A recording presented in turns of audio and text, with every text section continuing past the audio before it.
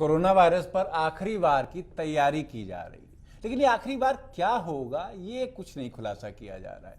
अभी आपने देखा कि समिति ने क्या कहा। समिति ने कहा था कि फरवरी 2021 तक कोरोना लगभग काबू में आ जाएगा। फिर सरकार ने भी कहा कि फरवरी 2021 में 40,000 मामले रह जाएंगे। हमने आपको वैक्सीन की स्थिति देश दुनिया में कहाँ कहाँ है, खासकर भारत में, वो भी दिखा दिया। दोनों ही रिपोर्ट से साफ है कि फरवरी 2021 तक कोरोना को काबू में करने की बात तो कही जा रही है, लेकिन काबू कैसे होगा, सिवाय इसके कि सोशल डिस्टेंसिंग प्रोटोकॉल का पालन किया जाए, मास्क लगाए रखा जाए, इसके अलावा और कुछ नहीं कहा जा रहा है। ना तो वैक्सीन आने की कोई निश्चित बात है, ना किसी तरीके के इलाज की कोई निश्चित बात है। तो फिर कोरोना कैसे कम हो रहा है? दुनिया अभी कोरोना वायरस की पहली लहर से पूरी तरह उबर भी नहीं पाई थी कि दूसरी लहर का खतरा भी बढ़ने लगा। ईरान में तो यह भयावह तरीके से नजर आ रहा है। वहीं दक्षिण कोरिया, स्पेन और जापान समेत कई देशों में भी अचानक नए मामले दर्ज किए जाने लगे। भारत में भी दूसरी लहर की आशंका जताई जा रही है। ऐसे में फरवरी 2021 तक कोरोना को काबू में करने की योजना कितनी कारगर साबित होगी, ये देखना होगा। क्या भारत में कोरोना की दूसरी लहर आएगी? क्या है ये आशंका? देखिए इस रिपोर्ट में।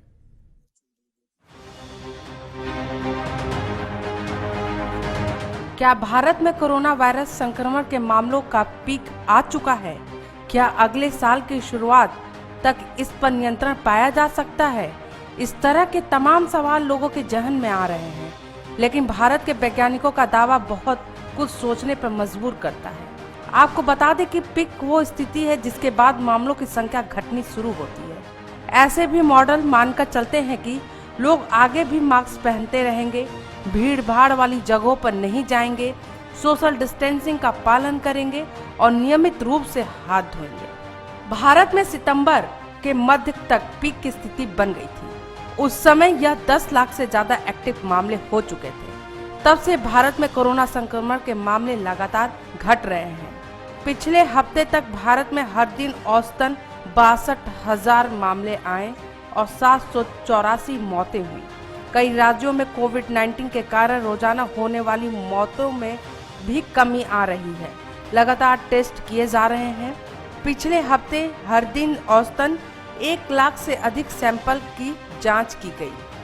कोरोना वायरस एक्सपर्ट ने महामारी की दूसरी लहर की चेतावनी दी है।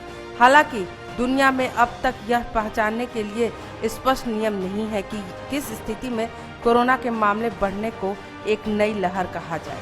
वहीं ब्रिटेन के एडिनबर्ग यूनिवर्सिटी में संक्रामक रोगों के प्रोफेसर मार्क वुलहाउस ने कहा कि कोरोना की दूसरी लहर बिल्कुल संभव है। ब्रिटिश कोरोना एक्सपर्ट मार्क वुलहाउस का कहना है कि लॉकडाउन में कोरोना खत्म नहीं होता, बल्कि समस्या थोड़ी आगे बढ़ जाती है। बता दें कि ब्रिटेन में दोबारा कोरोना के मामले बढ़ने लगे हैं और फिर से देश में नेशनल लॉकडाउन का खतरा पैदा हो गया है। वहीं भारत में कोरोना संक्रमण की दूसरी लहर दिखाई देगी या नहीं, यह अभी स्पष्ट नहीं है।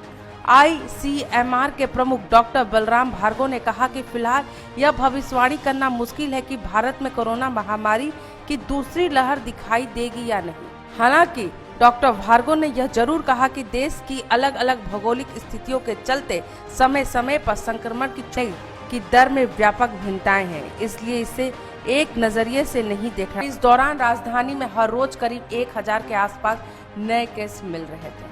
अच्छी बात यह है कि अभी तक कोरोना के खौफ से गुजर रहे बड़े राज्यों महाराष्ट्र, उत्तर प्रदेश, कर्नाटक और आंध्र प्रदेश में कोरोना के मामलों में कमी आ रही है। इसके अलावा कुछ अन्य राज्यों में कोरोना के मामलों में कमी देखी जा रही है। स्वास्थ्य विशेषज्ञों की माने तो अगले कुछ महीने काफी अहम होने वाले हैं। VK पाल ने कहा, हमने शुरू में ही लॉकडाउन कर दिया था। उस समय ऐसी आशंकाएं थी कि कोरोना का पीक जून में आ सकता है, लेकिन ठंडी के मौसम में सांस से जुड़ी बीमारियां बढ़ती हैं, इसलिए हमें सतर्क रहने की जरूरत है और कोरोना के नए कोषों को कम करने की कोशिश करनी होगी। Public health foundation of India के अध्यक्ष के श्रीनाथ रेड्डी ने जोर देकर आग्रह किया कि दुर्गा पूजा, छठ, दीपावली जैसे त्योहार में लोग मास्क जरूर पहने। उन्होंने कहा, त्योहारों का सीजन आने वाला है, ऐसे में हमें ज्यादा सतर्क रहने की जरूरत है और अपनी खुशियों को एहतियात के साथ मनाना होगा। इंडोर या आउटडोर से ज्यादा भीड़ भाड़ से इस जानलेवा वायरस को ज्यादा लोगों को कम समय में संक्रमित करने का मौका मिलेगा और ऐसे आयोजन सुपर स्प्रेड इवेंट हो सकते हैं। रेड्डी ने कहा कि हमें मास्क जरूर पहनना चाहिए और भीड़ से बचना चाहिए। उन्होंने कहा कि लोगों को इस साल को धैर्य और शांति के साथ गुजारना चाहिए। इसका इनाम हमें ये मिलेगा कि अगले साल तक हमें इस जानलेवा वायरस पर जीत मिल सके।